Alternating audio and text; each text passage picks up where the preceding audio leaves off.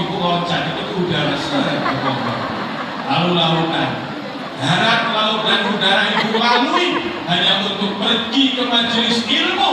Ini bukan main. Allah catat pahalanya satu putaran kipas pompong tadi itu 10 kebaikan. Amin. Kalau nggak percaya hitung sendiri nanti kipasnya itu.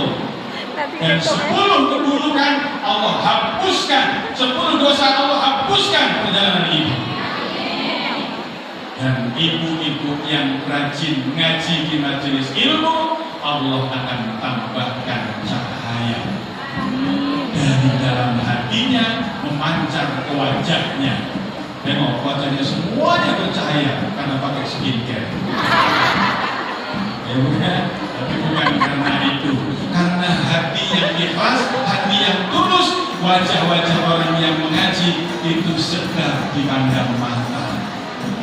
Tidak ada orang yang berprasangka buruk kepada orang-orang yang sedang duduk di majelis ilmu. Semuanya rasanya bahagia dan senang. Karena apa? Cahaya Allah terpancar kepada ibu-ibu semuanya. Ini baru mukadimah untuk ceramah. Ibu ya. Kalau Bobi tadi katanya mukadimah nggak akan saya panjang. Saya panjangkan mukadimah. Ceramahnya sedikit saja. Bu. Senang di belakang badan, Bu? Senang. Iya, kalau nggak senang balik